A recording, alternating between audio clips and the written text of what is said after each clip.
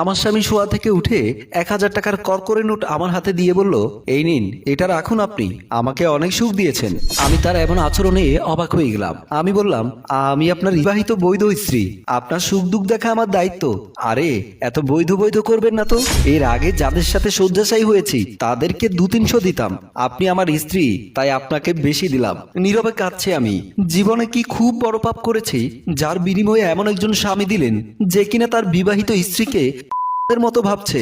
বাবা বলেছিল ছেলে খুব ভালো, 5 ওয়াক্ত নামাজ পড়েন, কিন্তু একই তার নমুনা আমি দেখলাম। কাঁদতে কাঁদতে কখন যে ঘুমিয়ে পড়েছি মনে নেই। এই যে আপনি এখনো ওঠেননি, ফরজের নামাজ পড়বেন না? এই যে তার ডাকে আমার ঘুম ভেঙে গেল। আমি অবাক হয়ে গেলাম তাকে দেখে। মাথায় টুপি, গায়ে পাঞ্জাবি। কি হলো, নামাজ পড়বেন না? আমি নামাজ পড়ে আপনার জন্য চা করে নিয়ে আসছি। আমার হাতের চা একবার খেলে আপনি সেটার প্রেমে পড়ে যাবেন। কি সুন্দর কথা বলছে মানুষটা, কিন্তু আমার তাকে পৃথিবীর নিকৃষ্ট মানুষ বলে মনে হচ্ছে। আমার ইচ্ছে না থাকলেও গোসল করতে ওয়াশরুমে চলে গেলাম। ওয়াশরুম থেকে বেরিয়ে সোজা বেলকুনিতে চলে গেলাম। মন খারাপ করে দাঁড়িয়ে আছি। হঠাৎ সে এসে বলল, আপনি হয়তো জানেন এই পৃথিবীতে আমার মা বাবা কেউ বেঁচে নেই। এতিমখানায় বড় হয়েছি। হাতে গোনা কয়েকজন আত্মীয় স্বজন রয়েছে, কিন্তু তারা কেউ আপনাকে কিছু করে দেবে না। আর তাই আমি নিজের হাতে আপনার পছন্দের খাসির মাংস আর চিতই পিঠা করেছি। আমি মনে মনে ভাবলাম, লোকটা এত কিছু করতে পারে, ভাবতেই অবাক লাগে। হঠাৎ সে আমার হাত ধরে বলল, চলেন নাস্তা করবেন। এই বলে খাবার টেবিলের দিকে নিয়ে যাচ্ছে। খাবার টেবিলে এনে আমাকে বসিয়ে বলল, আমি আপনাকে খাইয়ে দিচ্ছি, আপনি লক্ষ্মী মেয়ের মতো খাবেন, কেমন? আমি ভাবছি এই লোকটার কত রূপ। এই কি সেই যে রাতে আমাকে মতো ব্যবহার করেছে? পুরুষ মানুষকে চেনা বড় দায়, তাদের রূপ পাল্টাতে থাকে। লোকটা আমাকে হাত তুলে খাইয়ে দিচ্ছে, আমিও গপ গপ করে খাচ্ছি, কারণ পেটে প্রচন্ড ক্ষুধা। আমি বললাম, শুধু কি আমাকেই খাওয়াবেন, আপনি খাবেন না?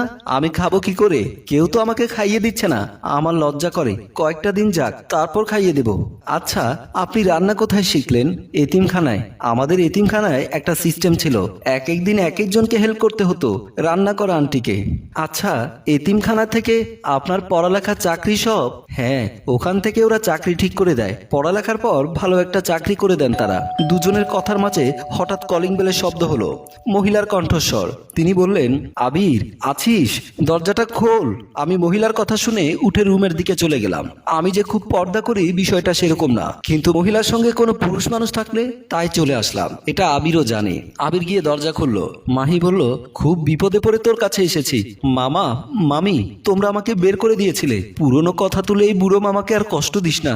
আমরা শুনলাম তুই বড় অফিসার পদে চাকরি করিস, আর লোকের মাধ্যমে শুনলাম তুই বিয়ে করেছিস। হ্যাঁ মামি, তোমরা ঠিকই শুনেছ। আচ্ছা ভেতরে আসো, বাকি কথা পরে শুনবো। আমরা একটা কারণে এসেছি বাবা, আমার ছেলেকে তোর অফিসে একটা কাজ দিস। আচ্ছা মামি, আমি অফিসে গেলে চেষ্টা করব।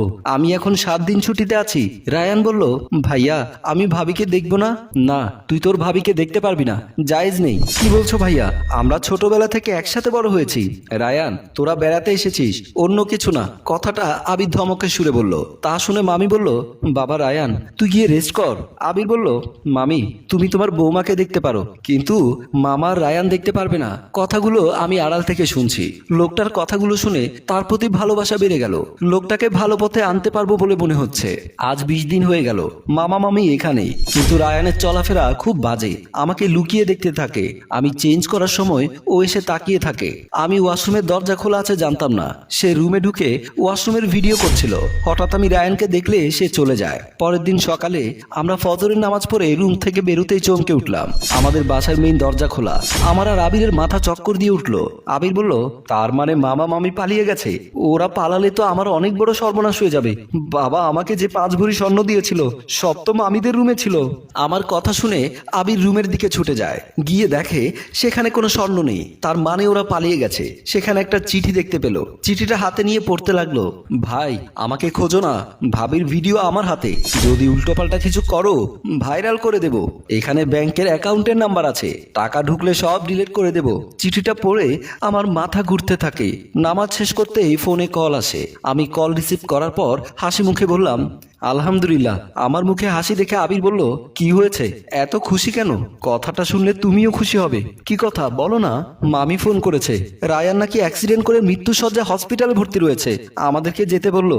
আবিরও কথাটা শুনে বলল, আলহামদুলিল্লাহ, আল্লাহ সত্যি মহান, তিনি তোমার আর আমার সম্মান রক্ষা করেছেন। আমরা হসপিটালে ঢুকতে দেখলাম মামা মামি কান্না করছে। আমি বললাম, কি হয়েছে মামি? আমাদের রায়ান আর বেঁচে নেই, ও মারা গেছে। আমি কথাটা শুনে নিশ্চুপ হয়ে আছি। মামি আবিরের হাতে ফোনটা দিয়ে বলল, ওকে ক্ষমা করে দিতে বলেছিল, আর এই নে তোদের গহনা। আমি গহনা এদিক ওদিক করিনি, আমাদেরকে ক্ষমা করে দিস। আমি কিছুই বলতে পারলাম না। প্রিয় দর্শক, কিছু কিছু মানুষের দোয়া আল্লাহ তাআলা কবুল করে নেয়।